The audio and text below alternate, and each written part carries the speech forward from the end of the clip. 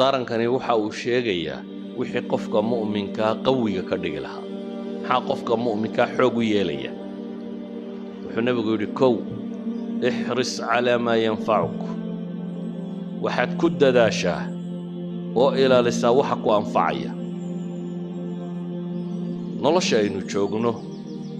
bini aadamku wakhti isku mid u haystaa wakhti isku mid ah inta badan dadku 60 jir 50 jir 70 jir meelaha waa soo wada gaadha laakiin midhaha iyo raadka ay dunida kaga tagaan iyagoo isku wakhti noola waa kala nooc sababtay u kala noocyiina waa masalada tan camalka bini aadamku qabtaa waa 3 qaybood mid ah inuu yahay qayb ku anfacaysa qayb wax tarta aakhiriya adduun manfacuun leh iyo inuu yahay qayb wax dhibta aakhiriya adduuma dhibaato kuugu jirto iyo inuu yahay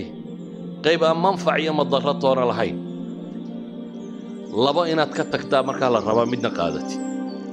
wuxuu nabigu leeyahay ixras calaa maa yanfacuk waxaad ku dadaashaa waxa ku anfacaya wakhtigaaga iyo maalintaada iyo xooggaaga iyo cilmigaaga iyo aqoontaada iyo hantidaada iyo garaadkaaga iyo waxaad awood leedahay oo dhan waxaad ku isticmaashaa waxa ku anfaca taa macnaheedu waxa weeyaan waxaad ka tagtaa wixii ku dhibaya ka tag waxaad kaloo ka tagtaa waxaan macnaha samaynaynin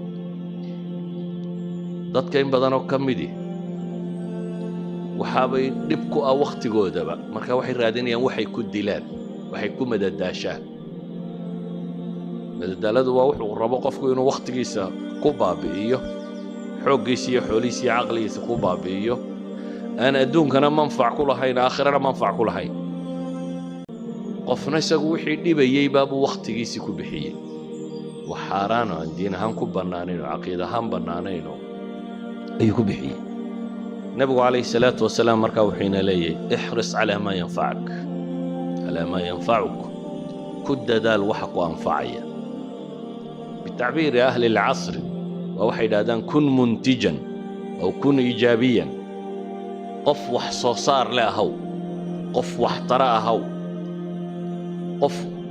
wanaagga qabta noqo noloshaada maalintii waxaad qabanaysaa waa inaad isweydiisaa ma manfac adduun buu kuu leeyahay mise manfac aakhiro kuu leeyahay haddaad waxa labadaa ka dhex arki weydo waa wixii lagu yidhi ka tag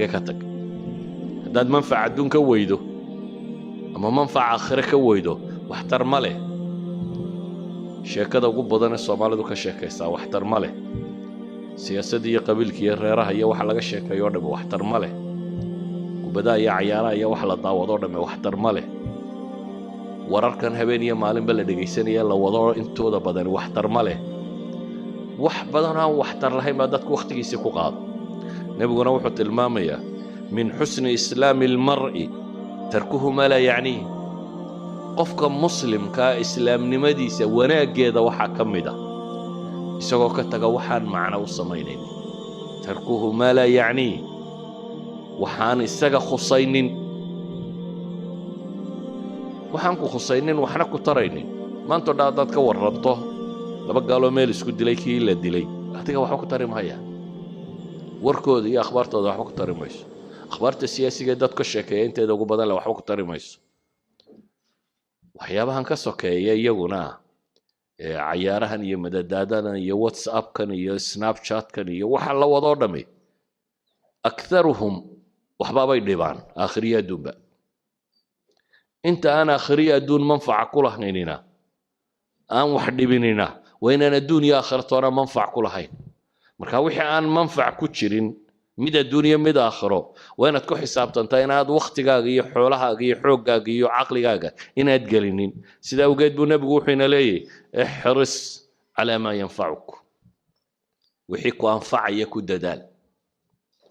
أنت كدب النبي وحلي عليه الصلاة والسلام واستعن بالله إلهينا كالميسو إلهي كالميسو معناه دو ينقفك مؤمن كاهي وحكستو وقبنا يا أما وكفكر يا وحرميسين يهي إنه إلهي قعنتي سكوتشرو قفك مؤمن كاهي دبطاهي غرور كمدعو يا عجب سلويني iyo anaa caqli badan iyo anaa karti badan iyo kaama rumaysana qofka muslimkii wuxuu rumaysayay ilaahay inuu mar kasta u baahan yahay mar kastaba inuu ilaahay u baahan yahay qofka muslimka ay markaa waa qof baahidiisa ilaahay u bandhiga nabi maxamed calayhi salaatu wasalaam saxaabigii uu jeclaa ee mucaad ibnu jabal wuxuu ku yidhi yaa mucaad wallahi innii la uxibbuk ilaahay baan ku dhaartay mucaada waan ku jeclahay buu nabigu yidhi calayhi salaatu wasalaam markaasuu mucaadna wuu yidhi ilaahay rasuulkiisii warguna waa ku jeclay nabigu calayhi salaatu wasalaam markaa wuxuu yidhi kelmadaan ku barayaa ee salaad kasta dabadeed ha ka tegin mar kastoo aad salaad tukato farala erayadan ku dhawaaq erayadu maxay yihiin waa erayada adkaarta aynu akhrino markaynu salaadaha tukanoyn allahuma acinnii calaa dikrik wa shukrik wa xusni cibaadatik wuxuu nabigu ku yidhi calayhi salaatu wasalaam mucaad ibnu jabal waxaad tidhaahdaa ilaahayow iigu gargaar xuskaaga inaan ku xuso aanan ku ilaabin inaan kuu mahadnaqo aanan kaa gaaloobin iyo si fiican inaan kuu caabudo ilaahu kaa iigu gargaardhe nabigu calayhi salaatu wasalaam markaa wuxuu inagula dardaarmayaa kow ixris calaa maa yanfacak wixii ku anfacaya inaad ku dadaasho waxaan ku anfacayn inaad ka tagto isla markaana inaad ilaahay tala saarato oo ilaahay subxaanahu watacaala aad u tala saarato wax walba wuxuu nabigu raaciyey markaa taa cagsigeeda waxaa dadka u diiday inay wax qabtaan walaa tacjis buu nabigu leeyahy calayhi salaatu wasalaam tacjis iyo tacjas labadaba waa la odhan karaa buu yidhahdaa imaamu nawowi laakiin kasrada caana walaa tacjis ha caajisinku waa maxay qofka bini aadamka laba wax baa ku dhaca bay yidhaahdaan alkasalu waalcajsu bay yidhaahdaan kasalku waa qofka wahsiya cadamuliraada waa qofku aan doonisba lahayn inuu wax qabtaba rabin cajsiguna waa qofkii raba inuu wixii qabto laakiin haddana qaban karila u taagla cadam alqudra shaqo kastoo la qabtaa waxay yidhaahdaan labadan shay buu camalku ka kooban yahay inaad waxaad doonaysid iyo inaad awoodid markaasuu camalku kuu qabsoomaya inaad doonaysid inaad qabato iyo inaad awooddo nabigu calayhi salaatu wasalaam markaa wuxuu tilmaamayaa inaynan cajsinin dadka badh ayaa wax kastoo ay qabtaan taswiif ku sameeya insha allah berraan samayn doonaa war maanta aad qaban karaysaa maxaa berri camal kale u dhigo maya berraan samayn doonaa wax kasta berru u dhigaya ama maahe brogramyo iyo barnaamij buu degaya markaasuu leeya insha allahu saasaan yeelaya sanadka dambe qur-aankaan xifdinaya sanadka dambe waxaan rabaa jaamacadda ee balas inaan kaga baxo insha allah waxaan rabaa waqtiga soo socda tijaaradaasi inaan galo